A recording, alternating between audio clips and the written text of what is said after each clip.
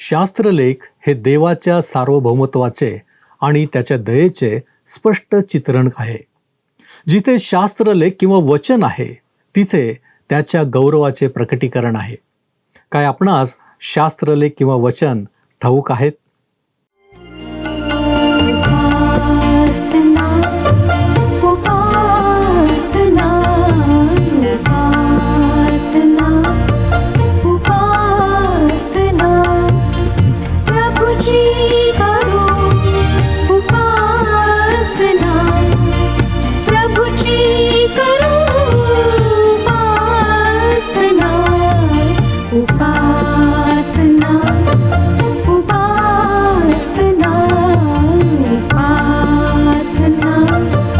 उपासना प्रिय बंधू आणि भगिनींनो, आपला तारणारा प्रभू येशू ख्रिस्त याच्या सामर्थ्यवान नावात आपणा सर्वांचे उपासना कार्यक्रमात हार्दिक स्वागत. प्रियांनो, या दिवसात आपण स्तोत्र संहिता या जुन्या करारातील पुस्तकाचा अभ्यास करीत आहोत. आपण पाहिले आहे की स्तोत्रे ही काव्याचा भाग आहेत. प्रियांनो, आमच्या जीवनातील अनेक गोष्टींमध्ये आम्ही परमेश्वरावर कसे विसंबून राहावे, कोणत्या वेळी नक्की काय करावे, देवाची स्तुती कशी करावी, देवाचे विविध गुण आणि विशेष म्हणजे मनुष्याची क्षणभंगुरता असे विविध विषयांची येथे विपुलता दिसून येते. ख्रिस्त हा तारणारा आहे. त्याचे सार्वभौमत्व विशेष असे आहे. ख्रिस्त राज्यात काय घडेल आणि मसीहाच्या पृथ्वीवरील अंतिम विजय या सर्व गोष्टी आम्हाला आजच्या अध्ययनात शिकायला मिळणार आहेत. सर्वसाधारण मनुष्याच्या जीवनातील संकटांना कसे तोंड द्यावे हे आम्हास कळणार आहे.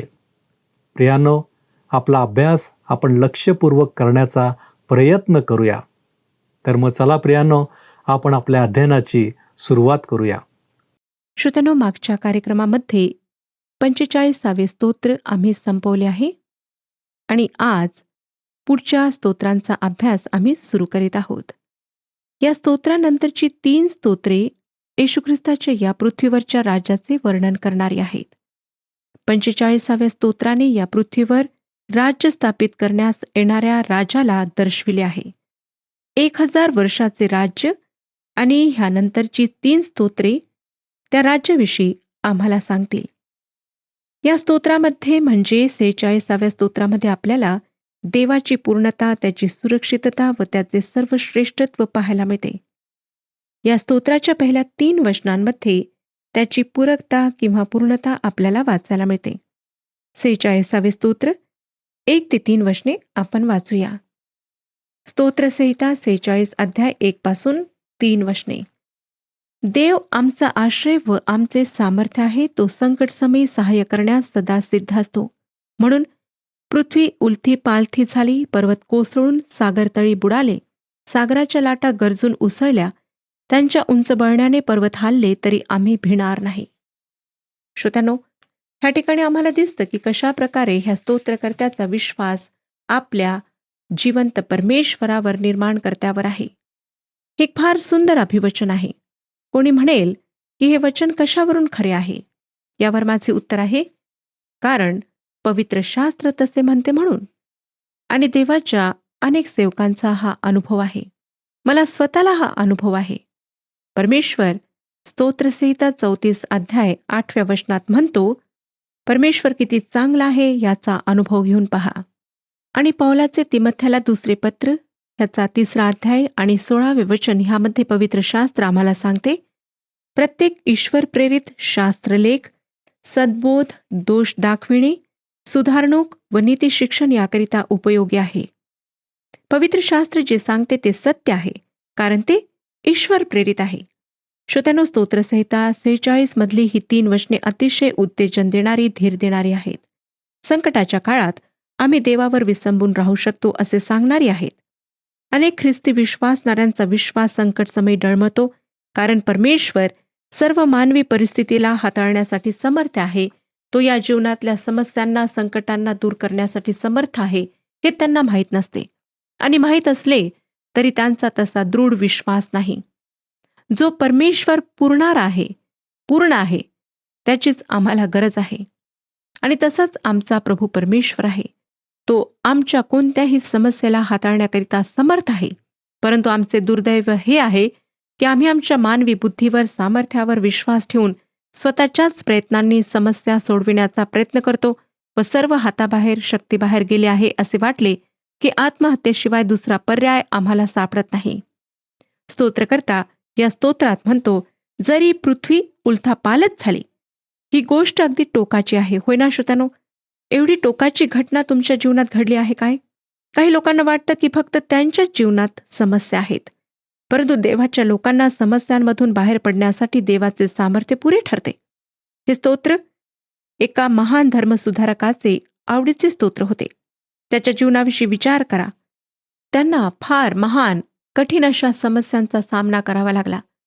त्यांना जर देवाचे सामर्थ्य तेव्हा प्राप्त झाले नसते तर मला नाही वाटत की तो धर्मसुधारणेचे महान व अतिकष्टाचे काम एकटा पार पाडू शकला असता. आज आम्ही जे सर्व विश्वासणारे आहोत ते त्या देवाच्या सेवकाच्या प्रचंड सेवेबद्दल देवाचे अतिशय ऋणी आहोत. कारण ख्रिस्तावरच्या विश्वासाने आम्ही परमेश्वरासमोर न्याय ठरू शकतो, हा सिद्धांत त्या धर्मभ्रष्ट युगात त्यांनीच लोकांसमोर ठेवला. जो त्या देवाच्या सेवकाचा देव आहे, जो या स्तोत्रकर्त्याचा देव आहे, तोच आमचाही देव आहे. तो कधी न बदलणारा, सामर्थ्यशाली व प्रेमळ देव आहे. म्हणून जेव्हा संकटसमयी आम्हाला त्याच्या पंखाखाली आश्रय मिळतो, त्याचे सहाय्य मिळते, तेव्हा स्तोत्रकर्त्याप्रमाणे आम्हीही मोठ्या विश्वासाने व अभिमानाने म्हणू शकतो, देव आमचा आश्रय व आमचे सामर्थ्य आहे. तो संकटसमयी सहाय्य करण्यास सदा सिद्ध असतो. आता आपण 4 ते 7 ही वचने वाचूया. देवाच्या सुरक्षिततेविषयी ही वचने आम्हाला सांगतात. 46 स्तोत्र 4 ते 7 वचने. जिचे प्रवाह देवाच्या नगराला, परतपराच्या परम पवित्र निवासस्थानाला आनंदमय करीतात, अशी एक नदी आहे. त्या नगराच्या ठाई देव आहे. ते ढळावयाचे नाही. प्रभात होताच देव त्याला सहाय्य करील. राष्ट्रे खवळली, राज्ये डळमळली. त्याने गर्जना केली, तो पृथ्वी विरघळून गेली. सेनाधीश परमेश्वर आमच्या बरोबर आहे. याकोबाचा देव आमचा आश्रय आहे. श्रोत्यानो, काही तज्ज्ञांच्या मते ही नदी प्रतिकात्मक आहे. परंतु मला वाटतं की ही नदी खरी आहे, ज्याविषयी आम्हाला 4थ्या वचनात वाचायला मिळाले. ती देवाचे वचन आहे. आजही देवाच्या वचनाच्याद्वारे जे सामर्थ्य व सहाय्य आम्हाला मिळते त्याविषयी हे वचन आहे. पहिल्या स्तोत्रामध्ये आम्हाला सांगण्यात आले आहे की सुखी पुरुष हा पाण्याच्या प्रवाहाजवळ लावलेल्या झाडाप्रमाणे आहे. हा पाण्याचा प्रवाह म्हणजेच देवाचे वचन आहे. तसेच देवाच्या मंदिरातून वाहणाऱ्या नदीचे वर्णन आम्हाला एहेजकेलचे पुस्तक 47व्या अध्याय सापडते. तसेच प्रगटीकरणाचे पुस्तक 22वा अध्याय आणि पहिले वचन यामध्ये योहान म्हणतो, प्रगटीकरणाचे पुस्तक 22वा अध्याय पहिले वचन. नंतर त्याने म्हणजे योहानाने देवाच्या व कोकऱ्याच्या राजस्थानातून निघालेली नगरीच्या मार्गावरून वाहणारी जीवनाच्या पाण्याची स्फटिकासारखी नितळ नदी मला दाखवली. देवाचे वचन शुद्ध, निर्मळ, पवित्र व शुद्ध सोन्याहून किमती ही ती जीवनदायी नदी आहे. 46 स्तोत्र आम्ही त्याची पुढची वचने वाचलेली आहेत. 5 ते 7 देवाच्या प्रचंड सामर्थ्याचे यथोचित वर्णन करणारी ही सुंदर वचने आहेत. परमेश्वराचे सामर्थ्य व त्याची बुद्धिमत्ता मानवी बुद्धी पलीकडची आहे. त्याच्या केवळ शब्दाच्या उच्चाराने पृथ्वीने विरघळून जावे असे त्याचे सामर्थ्य आहे. त्याच्या सामर्थ्यासमोर मर्त्य मानवतो काय व काय त्याचे सामर्थ्य? पवित्र शास्त्र आम्हाला सांगते की ज्याच्या पदस्पर्शाने पर्वत धुमसतात, पृथ्वी डळमळते आणि पाण्याचे प्रचंड प्रवाह मागे हटतात, तो परमेश्वरचा आम्हाला अनुकूल आहे, तर आम्हाला प्रतिकूल कोण? देवाच्या अवशिष्ट लोकांना केवळ देव हा एकच आधार आहे व त्याची त्यांच्यावर सनातन दया आहे. म्हणून ते विश्वासाने म्हणू शकतात, सेनाधीश परमेश्वर आम्हा बरोबर आहे. याकोबाचा देव आमचा आश्रय आहे. तात्पर्य हे की असा आमचा देव जर आमचे सहाय्य आहे तर आम्ही भय धरण्याचे काही एक कारण नाही व परमेश्वर आपल्या लेकरांना स्वतःच्या मायेच्या पंखाखाली लपवतो. स्तोत्रसंहिता 91 अध्याय आणि पहिलं वचन सांगतं, जो परात्पराच्या गुप्तस्थली वसतो तो सर्व समर्थाच्या सावलीत राहील. होय श्रोत्यांनो, या सामर्थ्यशाली परमेश्वराच्या कृपेच्या वेष्टनातच आमची सुरक्षितता आहे. यानंतर 46व्या स्तोत्राच्या 8 ते 11 या वचनांमध्ये आपल्याला परमेश्वराचे सार्वभौमत्व पाहायला मिळते. वाचूया श्रोत्यानो 8 आणि 9 ही वचने. 46वे स्तोत्र 8 आणि 9 वचने. या परमेश्वराची कृत्ये पहा, त्याने पृथ्वीची कशी नासधूस केली आहे.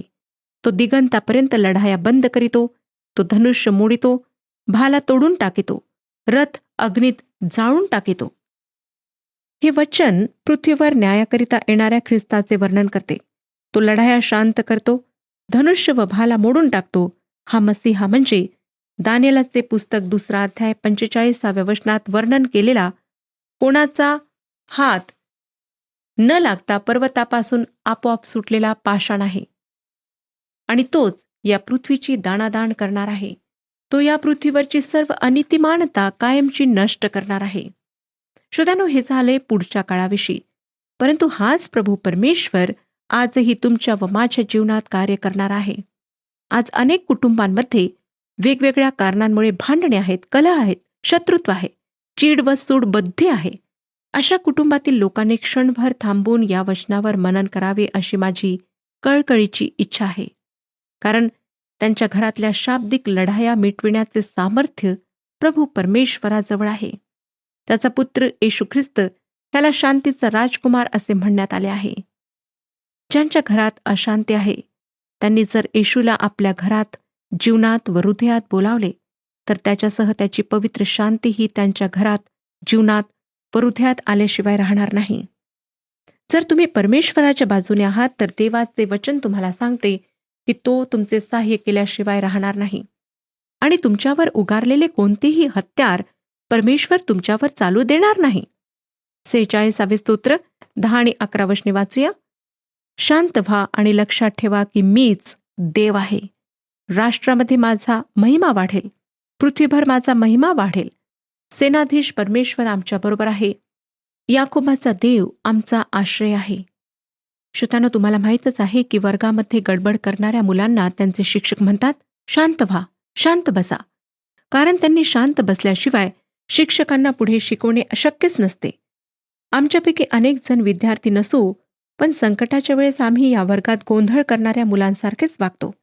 संकटांमुळे खूप घाबरून जातो, रडारड करतो, वैतागून जातो, देवावर चिडतो, नशिबाला दोष देतो. हे सर्व वागणे त्या गोंधळ करणाऱ्या मुलांप्रमाणेच असते, होय ना श्रोत्यानो? आणि आमच्या मनात संकटांमुळे भावनांचे व विचारांचे इतके काहूर उठते की त्यामध्ये आम्हाला परमेश्वराची मधुर मंद वाणी ऐकायला येत नाही.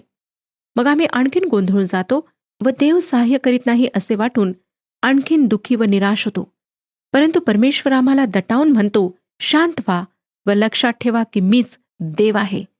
होय श्रोत्यानो, संकटाच्या वेळेस परमेश्वरासमोर प्रार्थनेच्या द्वारे येऊन त्याच्या उत्तराची वाट पाहणे फार फार आवश्यक आहे.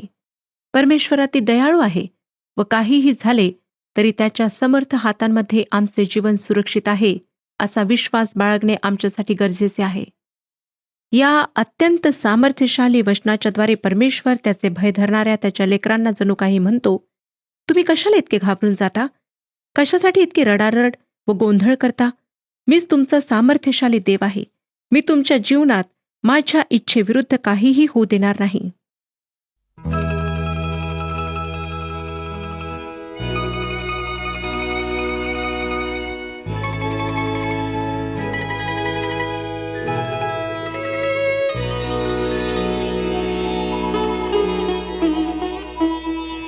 ख्रिस्ता तुझ्यावरी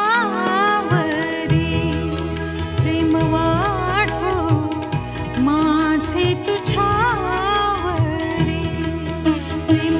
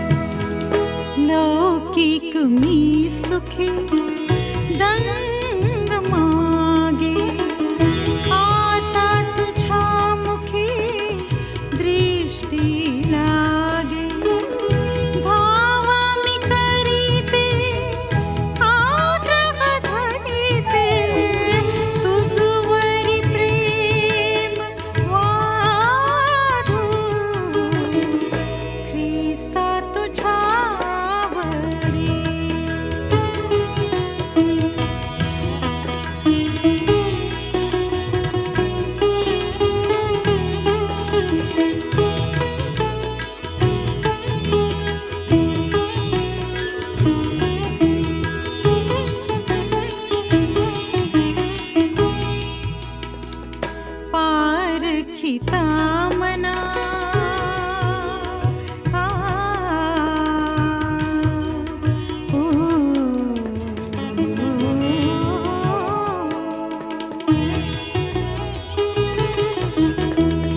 पारखिता मना दुःख हो, ज्वालाही लागता हीण जाऊ, अग्नीत पोळता मी मने सर्वथा, तुझवरी प्रेम वाढो, ख्रिस्ता तुझ्यावरी प्रेम वाढो, माझे तुझ्यावरी प्रेम वाढो, ख्रिस्ता तुझ्यावरी.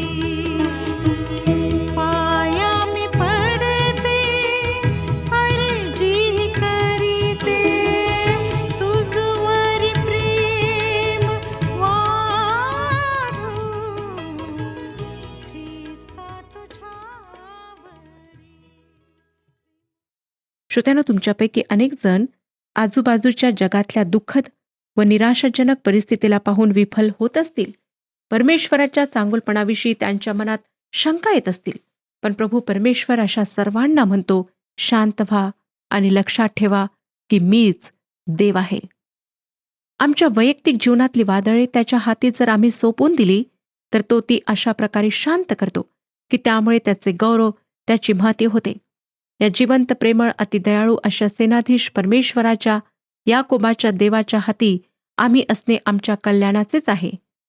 हे स्तोत्र भवितव्यात देवाच्या लोकांसाठी आशीर्वादाचे आहे आणि सध्याही ते देवाच्या लोकांना धीर व सांत्वन देणारे आहे. 47व्या स्तोत्रामध्ये ख्रिस्त राज्यातील स्तुती व उपासना यांचे वर्णन आहे. प्रभू येशू ख्रिस्ताचे या पृथ्वीवर दुसऱ्यांदा आगमन झाल्यानंतर तो आपल्या राज्याची स्थापना करणार आहे. त्याविषयीचे वर्णन करणारे हे स्तोत्र आहे. आता ह्या स्तोत्राची पहिली 2 वचने आपण वाचूया. 47 स्तोत्र, पहिली 2 वचने. अहो सर्व लोक हो, टाळ्या वाजवा, उत्साह शब्दांनी देवाचा जय जयकार करा, कारण परमेश्वर परात्पर व भयप्रद आहे. तो अखिल पृथ्वीचा महान सार्वभौम राजा आहे. श्रोत्यानो, स्तोत्रकर्ता म्हणतो की परमेश्वर भयप्रद आहे. ही गोष्ट खरी आहे. येशू ख्रिस्त जेव्हा या पृथ्वीवर राज्य करायला येईल, तेव्हा त्याची सर्वत्र स्तुती व उपासना होईल. तो येईल तेव्हा तो सर्व बंडखोरी, वृथाभिमान, उद्धटपणा, देवाविरुद्ध बंडाळी व हट्टीपणा यांचा बिमोड करेल. 46व्या स्तोत्रामध्ये येशू ख्रिस्त जेव्हा न्यायासाठी येईल, तेव्हाचा जो आनंद आहे तो साजरा होताना आपण पाहिला. आता या स्तोत्रात त्याचे राज्य प्रस्थापित झालेले आणि तो पृथ्वीवर राज्य करताना आम्हाला आढळतो. 47वे स्तोत्र 3 आणि 4 वचने पुढे सांगतात, तो लोकास आमच्या ताब्यात देतो, तो राष्ट्रास आमच्या पायाखाली घालितो. त्याच्या आवडत्या याकोबास ज्या वतनाचा अभिमान होता, ते त्याने आम्हासाठी निवडिले आहे. हे वर्णन श्रोत्यानो येशू ख्रिस्ताच्या दुसऱ्या आगमनाविषयी आहे. तो आम्हाला स्वर्ग राज्याचे वतन देणार आहे. 5 ते 9 वचने पहा. जयघोष होत असता देव वर गेला आहे, करण्याचा शब्द होत असता परमेश्वर वर गेला आहे. देवाची स्तुती स्तोत्रे गा, स्तुती स्तोत्रे गा, आमच्या राजाची स्तुती स्तोत्रे गा, स्तुती स्तोत्रे गा, कारण देव सर्व पृथ्वीचा राजा आहे. तुम्ही लक्षपूर्वक त्याची स्तुती स्तोत्रे गा. देव राष्ट्रावर राज्य करीत आहे. देव आपल्या पवित्र राजासनावर बसला आहे. राष्ट्रातले अधिपती जमले आहेत. अब्रामाच्या देवाची प्रजा एकत्र झाली आहे, कारण पृथ्वीवरील ढाली देवाच्या आहेत. तो परम थोर आहे.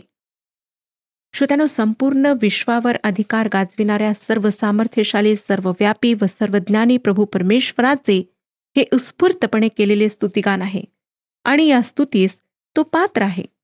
परमेश्वराची स्तुती करणे, त्याला धन्यवाद देणे आनंददायक आणि चांगले आहे. आता आपण 48व्या स्तोत्राकडे वळूया. ते मसीहाच्या या पृथ्वीवरच्या अंतिम विजयाविषयी आहे. वाचूया श्रोतांनो 1 ते 3 वचने. परमेश्वर थोर आहे. आमच्या देवाच्या नगरात, त्याच्या पवित्र डोंगरावर तो स्तुतीस अत्यंत पात्र आहे. उत्तर सीमेवरील सियोन डोंगर, राजाधिराजाचे नगर, उच्चतेमुळे सुंदर व सर्व पृथ्वीचा आनंद आहे. देव त्याच्या प्रासादामध्ये आश्रयदुर्ग असा प्रगट झाला आहे. या स्तुतिपर वचनामध्ये आपण हे वाचतो की उत्तर सीमेवरील डोंगराचा म्हणजे सियोन डोंगराचा त्यामध्ये उल्लेख आहे. बहुधा पृथ्वीवर येणे व परत वर जाणे यासाठी हा मार्ग असावा. उत्तर सीमेचा एक चित्तवेधक उल्लेख आम्हाला यशाया संदेष्टाच्या पुस्तकात आढळतो. वाचूया श्रोत्यानो, यशायाचे पुस्तक 14वा अध्याय 13 आणि 14 वचने. यशाया 14वा अध्याय 13 आणि 14 वचने. जो तू आपल्या मनात म्हणालास, मी आकाशात चढेन, देवाच्या तारांगणाहून माझे सिंहासन उच्च करीन, उत्तर भागातील देवसभेच्या पर्वतावर मी विराजमान होईन, मी मेघांवर आरोहण करीन, मी परात्परा समान होईन. असे वाटते की ही उत्तर सीमा एक मार्ग आहे. देवाची जागा घेण्याचा सैतानाचा मानस होता. देव व सैतान यांच्यातला हा पृथ्वीवरचा शेवटचा व सर्वात मोठा संघर्ष असणार आहे. 4 आणि 5 वचने पुढे सांगतात, कारण पहा, राज्ये एकत्र झाले व एकजुटीने चढाई करून आले. हे नगर पाहताच ते विस्मित झाले व घाबरे होऊन पळत सुटले. माझा विश्वास आहे की येशू ख्रिस्ताच्या पृथ्वीवरील राज्याची 1000 वर्षे संपल्यानंतर सैतानाला मुक्त करण्यात येईल व तो पृथ्वीच्या 4ही दिशांना असलेल्या राष्ट्रांना फसविण्यासाठी बाहेर पडेल. गोग व मागोग या देशांना, ज्यांची संख्या समुद्राच्या वाळूच्या कणांसारखी आहे, त्यांना लढाईसाठी एकत्र करेल. आपण त्याविषयी प्रगटीकरणाचे पुस्तक 20वा अध्याय 7 ते 9 ह्या वचनांमध्ये वाचतो. प्रगटीकरणाचे पुस्तक 20वा अध्याय 7 ते 9 वचने.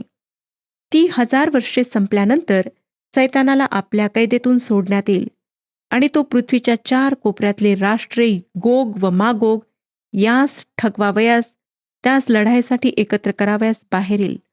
त्यांची संख्या समुद्राच्या वाळू इतकी आहे. त्यांनी पृथ्वीच्या विस्तारावर फिरून पवित्र जनांची छावणी व प्रियनगर वेढले. तेव्हा देवापासून स्वर्गातून अग्नी उतरला आणि त्याने त्यास खाऊन टाकिले.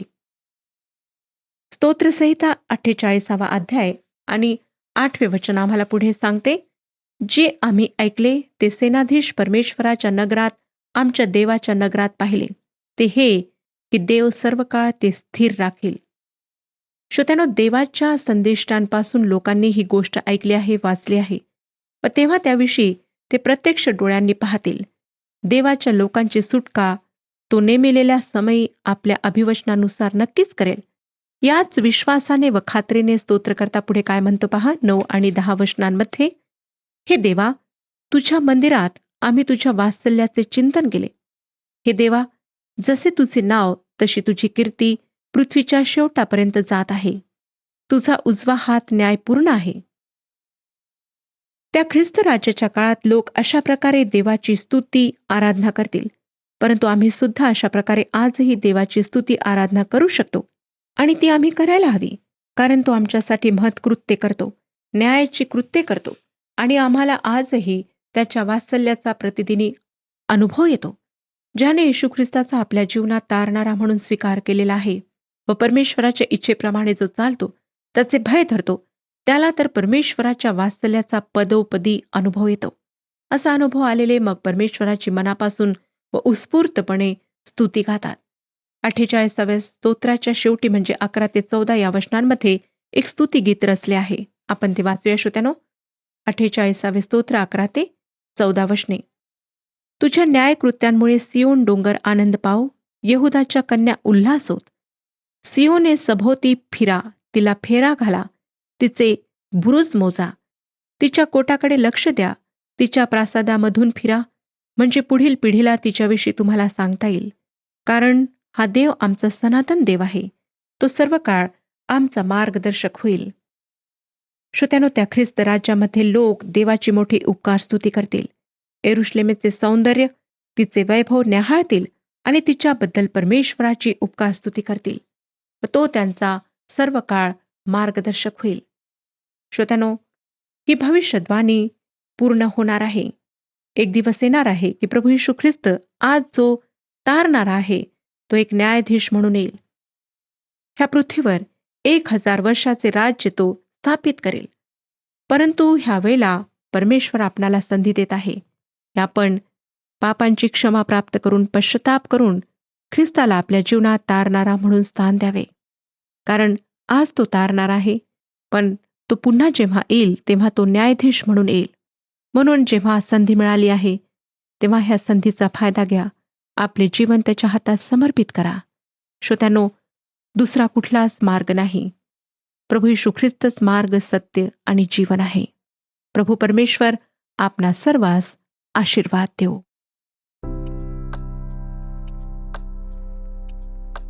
मागील कार्यक्रमातील प्रश्नाचे उत्तर आहे ए. हे वीरा, तू आपली तलवार कंबरेला बांध, आपले वैभव व आपला प्रताप धारण कर. हे येशू ख्रिस्ताचे वर्णन आहे. आजचा प्रश्न, या पृथ्वीवरील मशीहाच्या अंतिम विजयाबद्दलचे कोणते स्तोत्र आहे? ए. 46, बी. 49, सी. 47, डी. 48.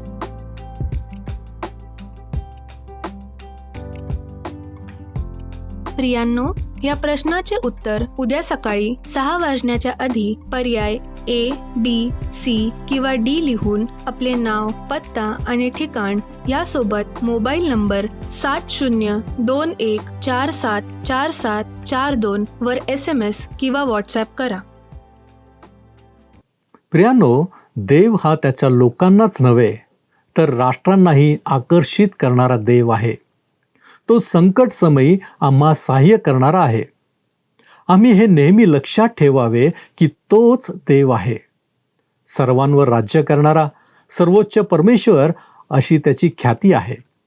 प्रियांनो, काय आम्ही देवाचे सार्वभौमत्व जाणले आहे? काय तो आमचा राजा, तारणारा आणि न्यायाधीश आहे हे जाणले आहे? काय आम्ही प्रभूच्या आगमनाची वाट पाहणारे आहोत? आपण आत्मपरीक्षण कराल काय? आपण प्रार्थना करू. सर्व समर्थ आमच्यावरती कृपा करणारे आमच्या महान प्रेमळ परमेश्वरा, खरोखर परमेश्वर देवप्पा, तू महान असा देव आहेस.